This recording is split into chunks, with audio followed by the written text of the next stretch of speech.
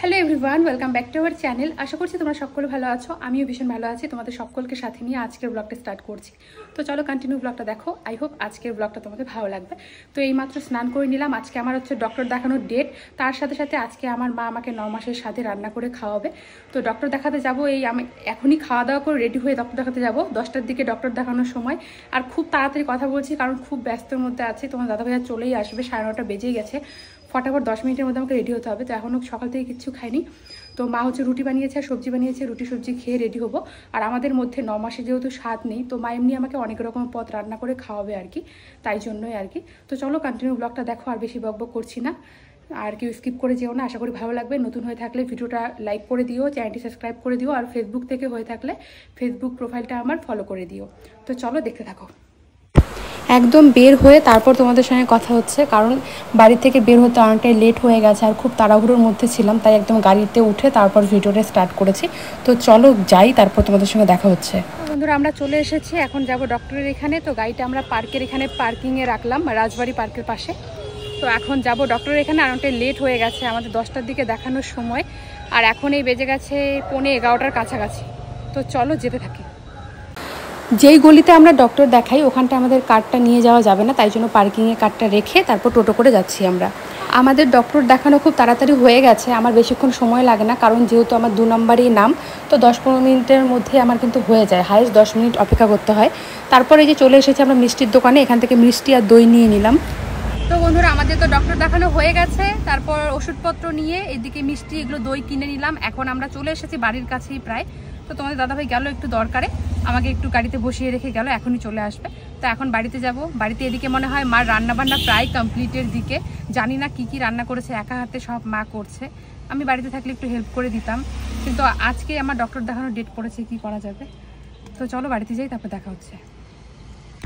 Hello বন্ধুরা, তো বাড়িতে এসে এই যে আমি রেডি হয়ে গেছি। আর রেডি হওয়ার একদম এনার্জি নেই, প্রচণ্ড খিদে পেয়েছে আর ভালো লাগছে না গরমের মধ্যে, তাই একটু শাড়িটা পরেছি সিম্পলভাবেই। শাড়ি পরে চিউলার চিরুনি করিনি, যেভাবে গেছিলাম ওভাবেই খালি পেঁচিয়ে পেঁচিয়ে খোপা করে ফেলেছি। আর একটু লিপস্টিক পরে এই যে রেডি হলাম। আর পরশু যে এই যে চুড়িগুলো কিনে এনেছিলাম শাখা পলা, এগুলো পরে নিয়েছি। ভেবেছিলাম যে মানে স্বাদের দিন পরবো, তাই জন্য আজকে পরে নিয়েছি। তো চলো মা এদিকে সব কিছু খাবার দাবার রেডি করুক, তারপর তোমাদেরকে দেখাচ্ছি কি কি রান্না হয়েছে না হয়েছে। তো একটু পরে দেখা হচ্ছে। একদম ভালোই লাগছে না, মানে ভিডিওটা করার একদম এনার্জি নেই, কারণ খেতে যে বসবো আমার প্রচণ্ড খিদে পেয়েছে, শাড়ি পরে খেতে বসতে ইচ্ছে করছে না, এত গরম লাগছে। তো এই যে মায়ের দিকে সব কিছু রেডি করে নিয়েছে, এখন ঘরে নিয়ে যাবে আর আমি ভিডিও করার জন্য চলে আসলাম। তো ঘরে গিয়ে পরে তোমাদেরকে এক এক করে দেখাচ্ছি এখানে কি কি মেনু হয়েছে আজকে। তো এই যে মায়ের দিকে থালা সাজানো কমপ্লিট, তো আমি বসেও পড়েছি খেতে, আমার প্রচণ্ড খিদে পেয়েছে, তাই আর ধৈর্য হচ্ছে না। তো বন্ধুরা এই যে এখানে দেখো সবকিছুর খাবার মা রেডি করে দিয়েছে। তো কি কি আজকে রান্না হয়েছে চলো তোমাদেরকে দেখাই, মানে দেখানোরও ধৈর্য গোলাচ্ছে না আমার, সেই খিদা পেয়ে গেছে আর কি। সকাল থেকে কিছুই খাইনি, রুটি খেয়েছিলাম শুধু। তো চলো কাছে আসো দেখাই কি কি রান্না হয়েছে আজকে। তো এখানটায় হচ্ছে 5 রকমের ভাজা হয়েছে। এটা হচ্ছে আলু ভাজা, এটা হচ্ছে কারকোল ভাজা, তারপর হচ্ছে কাঁচকলা ভাজা, বেগুন ভাজা, ছোলা কচু ভাজা, আর এটা হচ্ছে কচু সয়াবিন আলু দিয়ে একটা সবজি, আর এখানটায় হয়েছে পুঁই শাকের চচ্চড়ি, আর সঙ্গে লেবু, ভাত তো আছেই। আর এখানটায় হয়েছে, এখান থেকে শুরু করি, এটা পায়েস, মিষ্টি, দই, এখানটায় মুগ ডাল আর মাসকলাই ডাল মাছের মাথা দিয়ে, এখানে কাতল মাছ হচ্ছে মশলা দিয়ে করা হয়েছে, আর এখানটায় হয়েছে মাটন। তো এই হচ্ছে আজকের মেনু। তো এখন হচ্ছে খাবো। আমার আর আমার বরের দুজনকে আজকে মা হচ্ছে সাজিয়ে দিয়েছে খেতে। তো চলো এখন দুজনেই খেয়ে নিই। তো আমাকে আর আমার বরকে তো একসঙ্গে খেতে দিয়েছে, তাই আমার বরকে আমি আর কি করে বলছিলাম, কেউ তো তোমাকে হচ্ছে বাবা স্বাদ দেয়নি, তাই জন্য হচ্ছে আমার মা তোমাকে বাবা স্বাদ দিচ্ছে আর কি, তুমিও যেহেতু বাবা হবা, বলে বলে হাসাহাসি করছিলাম। তো এখানে মা বললো যে তোকে যেহেতু সাজিয়ে দিচ্ছি, তো জামাইকেও সাজিয়ে গুছিয়ে দিই তোর সঙ্গে, একসঙ্গে তোরা দুজন খা, তাই জন্য হচ্ছে দুজনকে আমাদের কিন্তু একসঙ্গে দিয়েছে। তাই আমি আর কি করে আমার বরকে হয়ে বলছিলাম আর কি। আর রান্নাগুলো আজকে আর কি সবগুলোই খুব টেস্টি হয়েছিল, আর সব রান্নাগুলো আমার বর যেরকম খেতে ভালোবাসে সেরকমভাবেই আমার মা রান্না করেছে। বন্ধুরা খাওয়া দাওয়া হয়েছে, এই আধা ঘন্টার মতো হয়ে গেছে, আর এত পরিমাণে খেয়েছি আমি আর নড়তে চড়তে পারছি না। তো খুব গরমও লাগছিল, শাড়িটা ফটাফট করে চেঞ্জ করে ফেলেছি। তো এখন একটু শুয়ে রেস্ট করব। আর আজকে কিন্তু আমি বাড়ি চলে যাব, হঠাৎ করে প্ল্যান হয়েছে, মানে কালকেই ভেবেছিলাম যে আমি বাড়িতে যাব। আর তোমাদের দাদাভাইকেও বলিনি যে বাড়িতে যাব, ওকে বলেছি যে আসো খাওয়া দাওয়া করে যাবা। এইভাবে ওকে বলেছিলাম, আর ওকেও আমি জানাইনি যে আমি বাড়িতে যাব। ওকেও আমি সারপ্রাইজ দিয়ে দিয়েছি যে আমি আজকে বাড়িতে যাব আর কি। তো এখন একটু রেস্ট করে নেবো, কারণ খেয়ে দিয়ে একদম মানে কি বলবো গলা অবধি খেয়ে ফেলেছি। তো এখন রেস্ট না করলে আর ভালো লাগছে না, রেস্ট করে তারপর একটু রেডি হয়ে বাড়িতে যাব। তো চলো রেস্ট করে নিই, যাওয়ার সময় আবার দেখা হচ্ছে। তো এই যে আমরা কিন্তু বাড়ির থেকে রওনা দিয়ে দিয়েছি, তখনই বাজে 5:30 এরকম। আর আমার শরীরটা এতটা খারাপ লাগছিল যে আমি যে বাড়ি থেকে বের হবো তখন ভিডিও করবো, আর একদম এনার্জি ছিল না।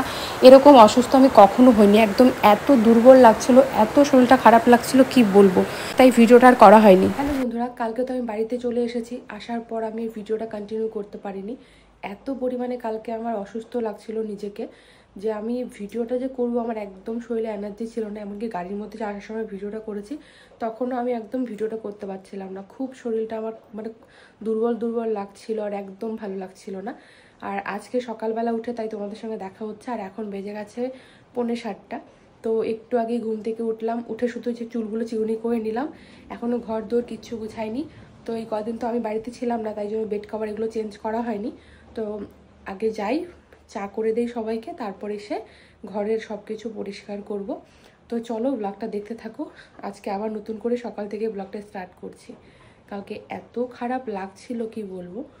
তো পরে তোমাদেরকে দেখাবো ডক্টর কি আমাকে মেডিসিন দিয়েছে। মেডিসিন তো সেগুলোই দিয়েছে, শুধু আমাকে 3টা ইঞ্জেকশন দিয়েছে, মানে 12 ঘন্টা পর পর 3টা ওই সুই 3টা আমাকে নিতে হবে 7 দিন পরে। আজকে একদিন মানে কালকে একদিন গেছে, আর হচ্ছে আজকে একদিন যাচ্ছে, 5 দিন পরে আমাকে সুইটা নিতে হবে, 5 দিনের দিন আর কি। তো চলো দেখতে থাকো। তো এই যে বাড়িতে তো আমি চলে এসেছি, আর বাড়ি এসে সকালবেলা রোজ আমার যে ডিউটিটা থাকে আর কি, মানে সবাইকে চা করে আমি নিজেই খাওয়াই। তো ফার্স্টে হচ্ছে বাবাকে এখানে চা করে দিচ্ছি, বাবা তো লাল চা খায় তোমরা সবাই জানো। আর তোমাদের দাদাভাই একটু পরে খাবে, তাই জন্য ভাবলাম যে তাহলে বাবাকে চাটা দিয়ে ঘরটা গুছিয়ে নিই, তারপর এসে দুজনে একসঙ্গে চা খাবো। তো এই চলো এখন বাবাকে আগে চা দিয়ে আসি। আর বাবা তো সবসময় দোকানের ওখানে বসেই চা খায়, তোমরা জানো, আমি একটা ব্লগে শেয়ার করেছি। আর আমার শাশুড়ি মা পরে খাবে চা, কারণ মা এদিকে স্নান করে চলে গেছে পুজো দিতে, পুজো দিয়ে এসে তারপর চা খাবে আর কি। আর আমি যেহেতু এই কদিন বাড়িতে ছিলাম না, তাই জন্য বেড কাভারটা চেঞ্জ করাও হয়নি, 15 দিন ধরে এই বেড কাভারটাই আছে। আর আমি যে বাড়ি আসবো আমার শাশুড়ি মা জানতো না, না হলে চেঞ্জ করে অন্য বেড কাভার পেতে দিত। তো বাড়িতে কেউ জানতো না আমি বাড়িতে আসবো, সবাইকেই সারপ্রাইজ দিয়েছি। আমার বর জানতো না, আমার বর যখন আমাদের বাড়িতে গেছে তখন ওকে বলেছে আজকে আমি বাড়িতে যাব। আর বাড়ি আসার পর আমার শাশুড়ি মা জানতোও না যে আমি এসেছি, আমাকে দেখে তো আমার শাশুড়ি মা অবাক, কারণ আমার শাশুড়ি মা জানতো যে আমি বাড়ি আসলে আরও 1 সপ্তাহ পরে আসব। আর আমিও মনে মনে প্ল্যান করে রেখেছি আমি বাড়ি আসবো, কিন্তু সেদিন বলবো না কাউকে, সারপ্রাইজ দেবো আর কি। কিন্তু হঠাৎ করে শরীরটা এরকম খারাপ হয়েছে, আর ভিডিও কিছুই করিনি। আর আজকে যে ভিডিওটা দেখছো এটা হচ্ছে 10ই আগস্টের ভিডিও। আর 9ই আগস্ট আমার মা আমাকে এই যে স্বাদের রান্না করে খাইয়েছে। তো 9ই আগস্টে আমি ডক্টর দেখাতে গেছিলাম। তো ডক্টর আমাকে হচ্ছে 3টা ইঞ্জেকশন দিয়েছে, বললামই তোমাদেরকে। তো 1 সপ্তাহ পর ওই 3টা ইঞ্জেকশন আমাকে নিতে হবে 12 ঘন্টা পর পর। তো বুঝতেই পারো দিন মানে চলেই এসছে প্রায়, তাই জন্য কিন্তু ডক্টর আমাকে ওই সুইটা দিতে বলেছে। আর মাত্র 21 দিন পর আমি ডক্টরের এখানে যাব, তারপর ডক্টর আমাকে ডেট দেবে, ডেলিভারি ডেট কবে দেয় তখন তো তোমাদেরকে জানাবই, তাই এখনই বলতে পারছি না। আমি 21 দিন পর ডক্টরের এখানে যাব, ফাইনাল ডেটটা তারপর 21 দিন পরই আমি তোমাদেরকে জানাবো। আশা করি তোমরা অনেকেই আমার এই কথাটা শুনে সান্ত্বনা পেয়েছো, অনেকেই জানতে চাচ্ছ কবে ডেট। এক্স্যাক্ট ডেটটা আমিও এখনও জানি না, 21 দিন পর ডক্টর আমাকে বলবে। তো এই যে এদিকে চলে এসেছি এখন চা খেতে, বিছানা গুছিয়ে। তো ফার্স্টে জল খেয়ে নিলাম, তারপর হচ্ছে চা খাবো। আর আমাকে একজন কমেন্ট করেছে যে আমি প্রেগনেন্সিতে হেলদি কিছু খাই না, উল্টোপাল্টা জিনিসই বেশি খাই। দেখো উল্টোপাল্টা জিনিস যেরকম খাই, হেলদি জিনিসও আমি সেরকম কিন্তু খাই। হেলদি জিনিস না খেলে কখনোই আমার ওয়েট বাড়তো না, আর আমি কখনোই ফিট থাকতাম না। আমি সব দিক দিয়ে একদম ওকে আছি, হ্যাঁ, ওজনের দিক দিয়েও এমনি আমার শরীরের দিক দিয়েও কোনো দিকে আমি কিন্তু দুর্বল নেই।